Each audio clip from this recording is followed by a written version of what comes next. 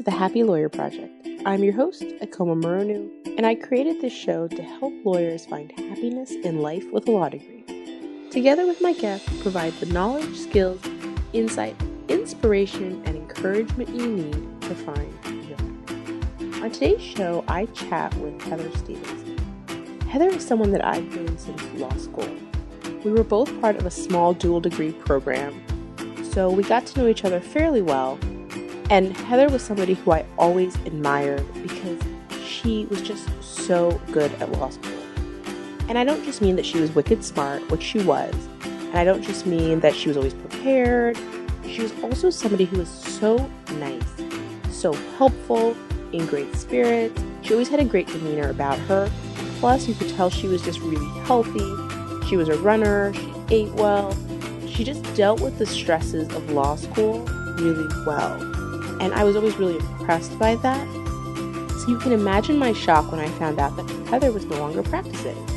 When we caught up, I learned that Heather had left the law to open a juice bar. And she's now the founder and owner of Thirst Juice Co., which is a juice bar that recently opened its second location in the Boston area. And on today's show, we chat about that transition, about her time in BigLaw, why she decided to leave.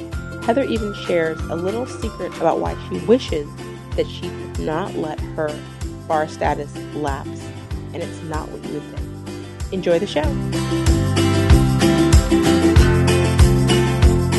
Hi, everybody, and welcome back to the Happy Lawyer Project. I am super excited to have Heather on the show today. Thanks so much for having me. I'm excited to be here. So, Heather, I would love if you could just start by sharing a brief description of who you are and what it is that you do. Sure. So I am a former lawyer turned small business owner.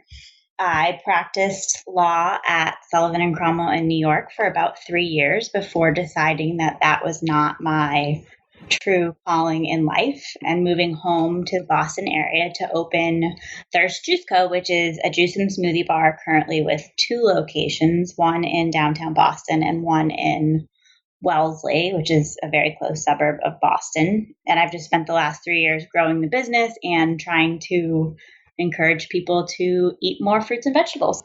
I am so excited to jump into what you're doing over at Thirst Juice Co., but would be interested in starting kind of by going back to talk about how you decided to go into the law and then kind of the transition out of the law. What was the reason that you decided to go to law school, and how did you end up at Sullivan & Cromwell? I sort of always thought that I was going to be a lawyer. My parents are both lawyers. I think like a lot of people who go to law school, that's the case. And watching them and what they did, it seemed really interesting. I have a really similar personality to my mom, and she absolutely loved her job. So I sort of thought, if she loves it and we're so similar, why would I not? I also sort of excelled at the subjects in school that tend to draw people towards law school: reading, writing, analytical thinking, that type of thing. And so it all felt like a very natural progression for me. I didn't go straight to law school after college. I did Teach for America, but even during Teach for America, my plan had always been to go to law school and become a lawyer eventually.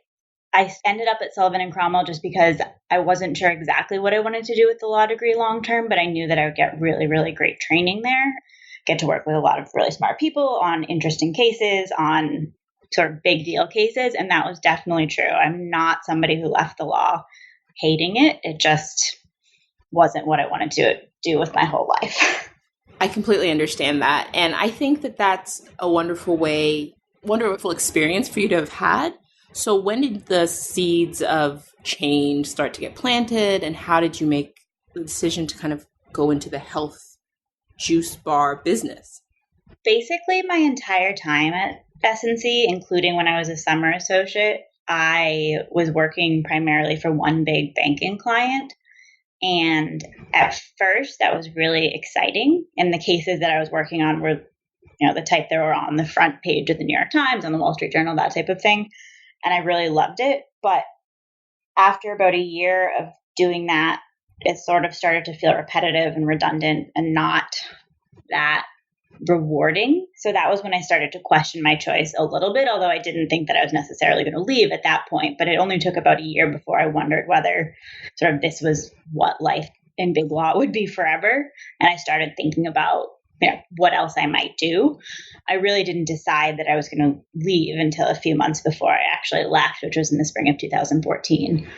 I have been a vegetarian since I was 10 years old and an athlete, for as long as I can remember. In high school, I played organized sports. And then starting in college, I became a runner, and I've done, I can't remember, 12 or 13 marathons and ultra marathon. So sort of fitness and health have always been a huge part of my life, and even were while I was at the firm. I ran several marathons while I was there. The ultra marathon I did while I was an associate. So it's not like I didn't find time for that then. And that was sort of the one big thing outside of, friends and family that I was finding time for. And so it sort of just seemed like a natural flow to look to something in the health and wellness field. I've also always loved food. So starting Thirst is largely about wellness, but it's also about food. My husband and I had joked, since we first met each other about opening a restaurant. And that would have been, I think, a little bit overly ambitious and maybe more than we really wanted to get into, considering neither of us has any formal culinary training or restaurant background. But the juice bar seemed like more of a natural fit because it was what we were sort of eating and drinking all the time anyway. And I saw this market gap in Boston for a juice bar. By 2014, New York was, as I'm sure you remember, totally packed with juice bars, like every corner. But in Boston, there were none. I think one opened a few months before we did. So it was just sort of all different factors coming together at the same time for Thirst to make sense. So I just want to know all the details. So how long, I guess, when did the juice bar idea come to mind? And then how long after that did you quit? Like, did you have anything in place before you quit? Or was it kind of like you had the financial runway and we're going to figure it out once you left? So I keep saying my husband and I started the juice bar together, and then he went back to practicing law, which is its own story. But I think it was about 6 months from when the juice bar sort of became an idea to when we left our jobs. During that time, we had figured out how much we thought it would cost us to start the juice bar, determined that we did have enough money to do that, and come up with a business plan that, as it turns out, as with most business plans, was way off in so many ways, but that convinced us that it was sort of worth doing. We had also started looking at spaces in Boston, and we had a lawyer. We had an LLC formed. We did like the lawyer thing. So we had the LLC formed. We had trademark and copyright things going down, and we had a logo design. So we definitely had stuff in the works, but it was, there was still a lot to do, and we didn't have a lease or a space. So we didn't really know for sure that it was going to work until after we left our jobs. That's so amazing and interesting. And so you both left your jobs at the same time? We did, which is a little bit nuts, but we're making the move from New York to Boston. So it was kind of like it was risky, but it was also the only really reasonable way to do it. We didn't want to be like paying for two places to live. And we also had been married less than a year at that point. So we didn't want to live apart in the first year. I think in retrospect, there might have been other ways to go about doing this, particularly since it was always a possibility that Chris was going to go back to practicing law, and he ended up going back and loving it. But yeah, so we quit our jobs at the same time. We had the advantage of, I bought a condo in New York in 2008, which obviously had like a giant mortgage during that time when anybody could get a mortgage on anything. And the market had really, really taken off. So we knew that we were going to be able to pull a lot of money out of the condo. So even if we weren't making money in the beginning on the juice bar, we would be okay. I think that a lot of people will obviously think that, they can't start something because they don't have that kind of money, or they don't have a condo that happens to have appreciated in value.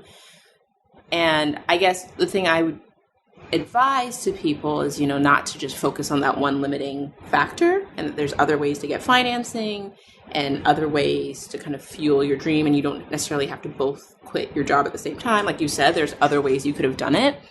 And I just point that out because I know that sometimes, especially lawyers, are very prone to seeing the problems that may arise with a plan and be quick to criticize. So I just want to make that point here so that we don't lose people. But I'd also be interested if you could explain a little bit about how you picked which direction to go. Because you said that you talked about possibly opening a restaurant, but then eventually were like, maybe that's too much. I'm sure there were other things you pursued or considered in that like 2 years period when you were thinking maybe the law wasn't the right thing. What about this felt like right? And was there like something about it that felt different from the other ideas that made you start down the path of starting the LLC and putting things in place and actually quitting your job for it? Yeah. So first, I completely agree with you that, having that condo is a huge advantage, but that people should not be put off from doing something like this just because they don't have that sort of good luck, frankly. I know so many business owners in Boston who've started things other ways, and there's so many sort of ways to go about doing this. And that was just one advantage, and we had plenty of disadvantages too. So definitely don't be put off by that. But in terms of knowing that this was sort of the right path to go down for me, I thought about a lot of other options. I mean, a lot of them were like, I could be a law firm lawyer in Boston. That would probably solve some of the problems. Or I could even switch firms in New York, and that would like solve some of the things that I wasn't enjoying. But all of the other solutions, or most of them, felt like sort of halfway steps.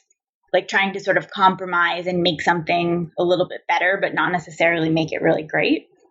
Whereas doing something completely different just felt like an opportunity to do something that I could genuinely be excited about all the time. And that could sort of get me back on a track that I really felt passion for, which I just wasn't sure I was going to find if I took sort of baby steps away from BigLaw.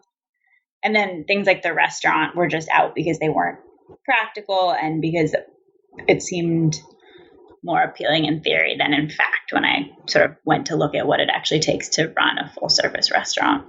So what kind of research did you do on a juice bar before? I know you said you put together a business plan. Did you like meet other juice owners? I don't know how you even begin to start a brick and mortar store. So I'm like so fascinated.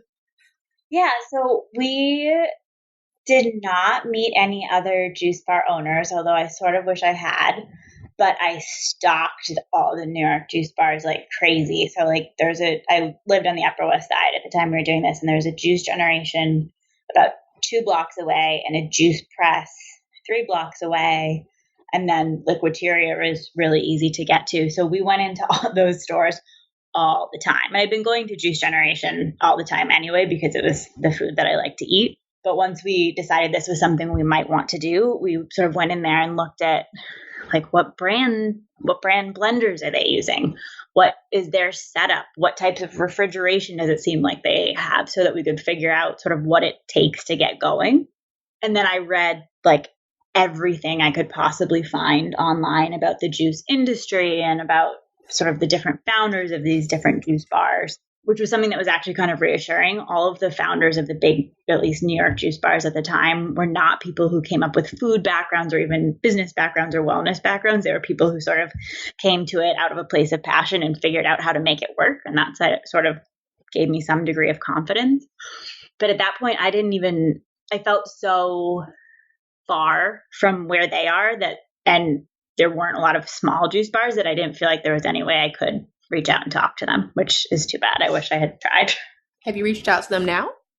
To the big people, no, but to the like other juice bar owners in Boston, yeah. And that sort of does the same thing for me. I think at this point, the really big chains are doing something so different than what I'm doing that it's not like, I'd love to meet those guys because I think they're doing really cool things, but it's not the same degree of like learning experience. I completely understand. And I feel the same way just in kind of my practice. I find that it's really inspiring to me to talk to people who have done things that are really, huge and impactful, but it's not always that helpful for me to hear their advice just because they're in such a different place than I am. Mm-hmm. And they don't necessarily remember all of the nitty gritty of how they got there. Yep. So, but it is when I can, I do try to reach out. So I would love to transition now because I am somebody for whom health is something I've always struggled with.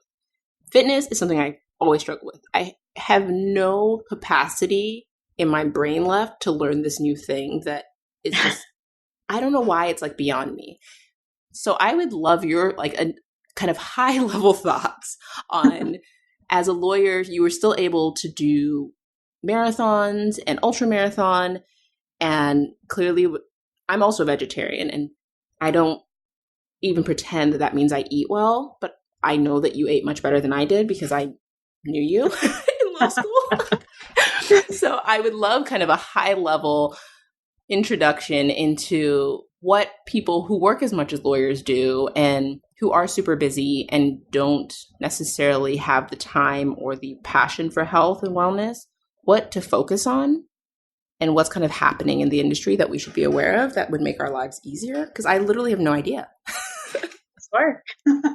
So I think the first thing that lawyers tend to find, or any really, really busy people tend to find, is a challenge on the fitness side is just finding the time, which I completely understand. For me, I just made working out and specifically running a priority. And, being in New York, I didn't really have to be at the office before 9:30 most mornings. So it was pretty easy to get up and run before work, or actually run from the Upper West Side all the way downtown to work. For people who aren't sort of naturally excited about that, there are getting to be so many great options. So aside from boutique fitness, I think one of my favorite new things that's going on is Peloton. Have you heard of it? Not even almost. How do you spell that? Sorry? How do you spell Peloton? Peloton, which is the word for the pack of racing cyclists as they ride together during a race. Okay. But it's also the name of this brand, which started in New York, and it was like a spin studio, but they broadcast their classes live and have a recorded database of classes. So you can either, if you have a couple grand to drop, buy the bike, which comes with a monitor, or there's an app you can get much, much cheaper. And it's spin classes that come to you.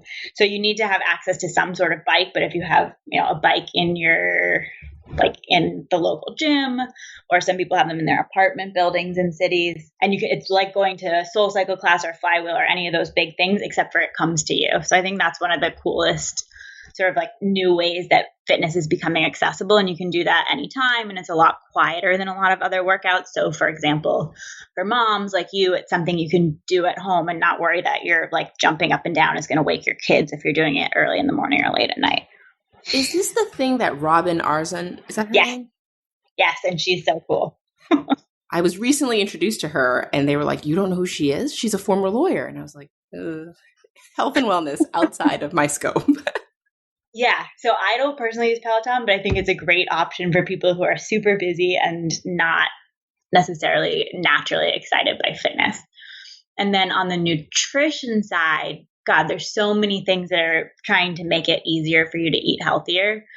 I think my biggest sort of tip, which is something that I told a bunch of my friends who I worked with at S&C, who maybe also were trying to be healthier but didn't care as much, or weren't as naturally motivated about food, was if you can avoid ordering Seamless to your desk. I think that's a thing in every city, right? Or is that just a New York thing, ordering Seamless at night? It's just a New York thing. Now that I'm in Dallas, I'm quickly learning. All right. Well, so for New York lawyers, don't actually order your dinner on Seamless. If you can avoid it entirely, do. Or if you have to order something, order a smoothie or a small salad and then go home and eat a real dinner, because you're always going to make a bad choice on Seamless if you try and eat a whole dinner. And then just eat your fruits and vegetables. And I know that sounds so silly, but if you force yourself to eat, a fruit or a veggie with every meal, you're naturally going to cut out a lot of the junk that you're probably eating, even as a vegetarian, and start to feel better and then be more motivated to eat more of the good stuff. At least that's what I've found with people, is the more fruits and vegetables you eat, the more sort of healthy food you want to eat. And it's a great cycle. Well, I have you here. I would love to know your thoughts on Whole30. I am somewhat familiar with it, but not yeah, I haven't done it or anything like that. It seems a little bit overly strict, and most nutritionists I've talked to about it have just said you need to be super careful sort of transitioning off of it because it is such a restrictive diet that it's easy to make yourself feel really horrible and really mess up your sort of hormones at the end. But what they have also said is good about it is that, it's eating real food. And I think that's sort of gets back to in line with what I'm saying with thirst too, is like, if we just eat real unprocessed food, I would take out the animal products, but something that our great grandmothers would recognize as food, we're going to all feel a lot better. So in that sense, Whole30 is a lot more reasonable than a lot of diets. Yeah.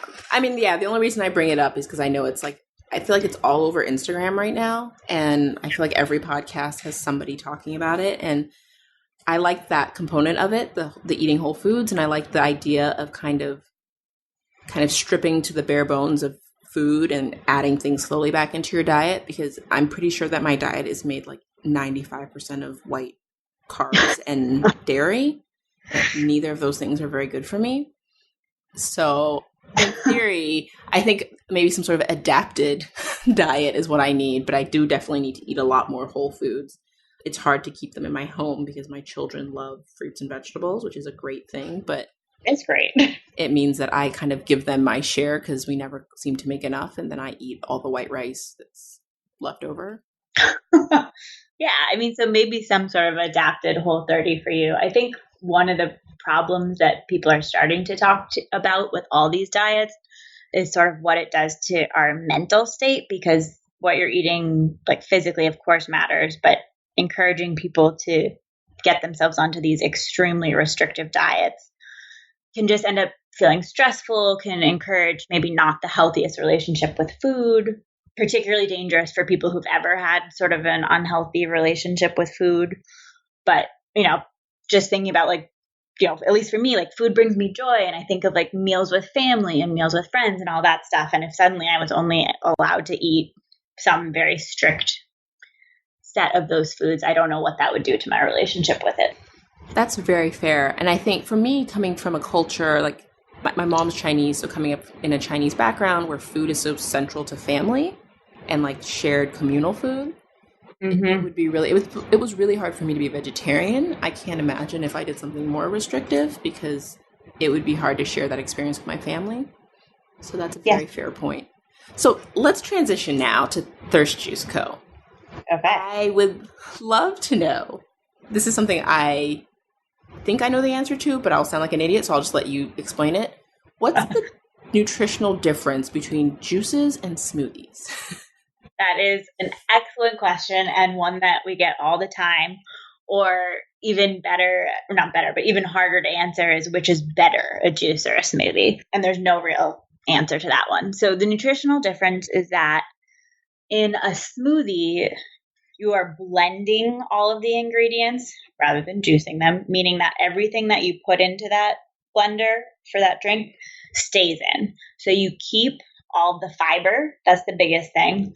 And then you also have the possibility of adding other really nutritionally beneficial things like fats, for example, like a nut butter, coconut oil, or chia seeds, as well as proteins from some of those same sources.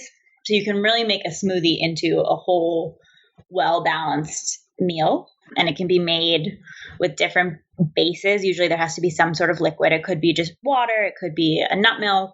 In some, not at Thirst, but some places it could be a dairy milk or even a juice. Although for reasons that will become clear when I talk about the good thing about juice, I don't recommend that with a smoothie. But so a smoothie really can be a whole meal. And that's sort of like what's great about it. It's also a really good opportunity to eat some extremely nutritious foods that wouldn't otherwise fit into your diet. For example, spirulina is a blue-green algae. It on its own smells and tastes as disgusting as it sounds. It's the worst. And I put it in everything because I need the fiber. Is that right? Iron. There's some fiber. Iron. Yeah, there's a ton of iron and there's a ton of just like micronutrients. Like it's like eating a bunch of kale like crushed up into a tiny little teaspoon in terms of the nutritional benefits. Except tastes way worse. Right. So, but that's why you can put it in a smoothie, and there are really great ways to mask it in a smoothie. So if you either, for example, put it in a smoothie that's relatively sweet but has other greens, that masks it pretty well. Or if you add a nut butter, that usually masks it. Whereas, I don't know if you've ever tried this, but if you ever try and like eat it in yogurt or eat just a spoonful of it, it's disgusting, I think. It is. No, I completely agree. And I clearly am not masking up the right things because and my sons love it. They love to put spirulina and like frozen kale and everything. And I just think it's too much. And this is great. Yeah, I know. Maybe they clearly would get along with you and your vision. I struggle, but I need better recipes for my spirulina. But I definitely also need a lot more iron because my diet isn't great. So that's how it was introduced to me. Gotcha. I can send you some good smoothie recipes that will hide the spirulina and have iron. So yeah, so that's smoothies. And then juices are not the opposite, but the opposite in the sense that you take out all the fiber. So that the fiber is one of the huge benefits of smoothies. Most Americans are really concerned that they don't get enough protein, but they do, but they don't get nearly enough fiber. So that's huge for smoothies.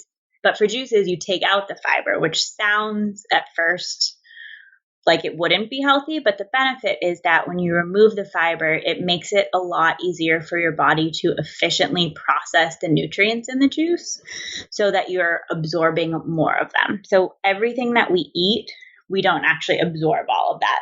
So that's true in times when we're happy about it, like you eat a really fatty, sugary piece of cake, your body's not absorbing all of that fat or that sugar just because it's not efficient. But it's also true when we're eating things that we really do want our body to absorb most of. Like if you eat a kale leaf, there's plenty of iron that doesn't get absorbed. So if you take out the fiber from a fruit or vegetable, your body is more efficiently able to sort of absorb those nutrients. And you're also able to just consume a lot more of them because somebody might, but most people aren't going to sit down and like eat 5 pounds of kale, but you can juice 5 pounds of kale and it won't make that much juice and you can drink it all and get all those nutrients. So that's sort of the benefit of a juice. It's definitely less of a meal replacement than a smoothie though. So when you say that, my immediate thought is juice cleanses and that whole like just drinking juice for a week. Yeah. So that is something that I don't recommend. But again, I'm not a nutritionist, but I've talked to a lot of them and they're with me and Thirst doesn't recommend or sell either. Juice cleanse, people will, nutritionists and doctors will tell you is really a misnomer. Your body is really great at cleansing itself unless there's something very, very wrong with you and you're basically dying. So you don't need to do a cleanse. And then a lot of the juice cleanses that are out there, particularly some that maybe aren't as well thought out, end up actually being potentially harmful because they contain so much fruit juice, which is really sugary. So natural sugar as opposed to added sugar does seem to affect your body differently and not be nearly as harmful as added sugar. But if you're drinking 40 grams of sugar in a juice, which you could do easily with like a straight pineapple juice, and then you've taken out the fiber, that's going to really hit you and cause spikes in your blood sugar, which is not great. Diabetics generally shouldn't do cleanses, and most people don't want to encourage sort of insulin spikes in their body just because it gets harder and harder over time for your body to properly process sugar. So I would say don't do a cleanse. I really love that advice because I don't want to do a cleanse. But it's like a multi-million-dollar, hundreds of millions of dollars industry. So lots of people would definitely disagree. No. Absolutely. And I know lots of people who do them. And I've many times in my life felt like, I should do one because I haven't. And it feels like something I should jump on board because it looks so healthy. But I'm happy to hear that my instincts were right and that I should go back to my cake and ice cream diet.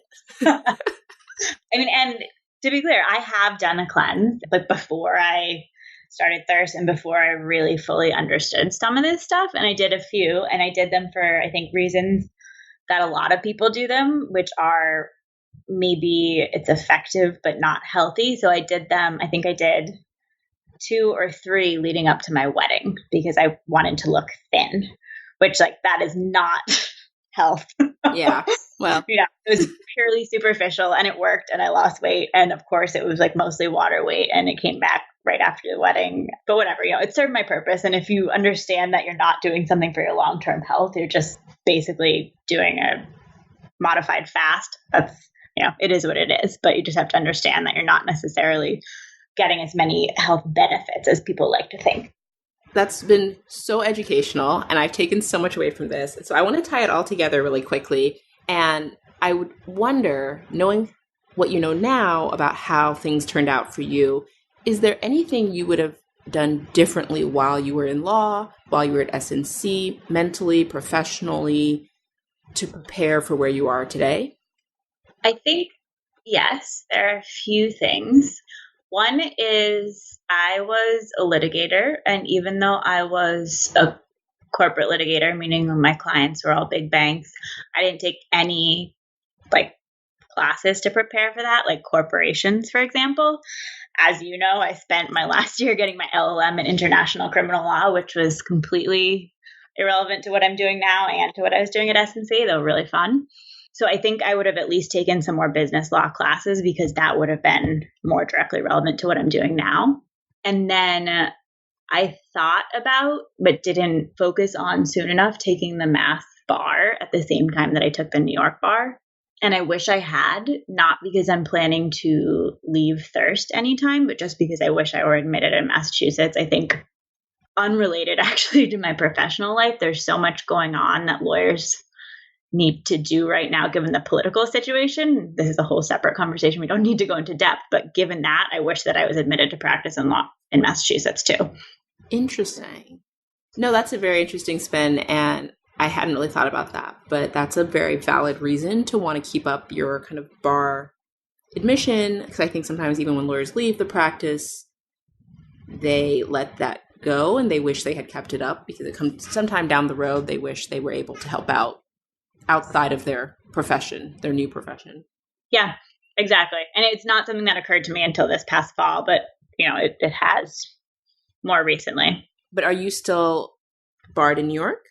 No, I let that lapse before the fall too. And if I were to get readmitted, I would probably just become admitted in Massachusetts because it's a lot easier and that's where I live now. Yeah, that's fair.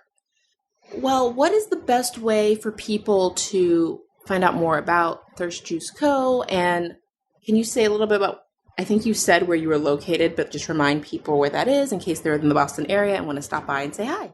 Sure.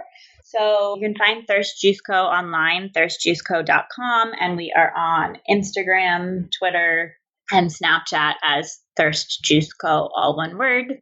Our Boston location is right downtown in the financial district on 44 School Street. We're also in Wellesley on Grove Street next to Truly Yogurt. Wonderful. So my very last question for you before I let you go, and I'm still a little spin from what I usually do, but what does living a happy life mean to you? It's a very big question. I think living a happy life means living a life where I find enough time for the things that actually matter, which seems obvious, but also is something that is so infrequently done. So, there's those exercises where people will say, write down the things that matter to you and then write down what you spend all your time doing and see where there's overlap. And that actually really speaks to me and matches up with my definition of what a happy life is. So it's just finding time for the things that matter. And it doesn't have to be 100% of the time, but just making sure that each day contains, some of the most important things to me. It is a very big question, but that was a very well articulated answer. So thank you so much for sharing and thank you for coming on today. Thank you for having me. Thank you for joining me for the Happy Lawyer Project podcast. Please head over to my website, www.thehappylawyerproject.com, for more information from today's show. While you're there, I'd love it if you'd leave me your thoughts on the show. You can also connect with me on LinkedIn, Facebook, or follow me on Instagram. If you've enjoyed the show, please share it with your friends. And don't forget to head over to iTunes to subscribe and review the show. As you know, each rating helps more listeners find the show and helps me get awesome guests on here for you guys. If there's anyone you'd like me to have on the show, or if you'd like to be on the show, head over to my website and let me know, or send me an email at Okoma, OKEOMA, at thehappylawyerproject.com. A special thanks to everyone who's left a review, sent me an email, or reached out to me in any way. I appreciate you. Thank you again for spending this time with me, and if you would like to learn more about working in your gift and living your passion, head over to the website for a free gift. Until next time, bye!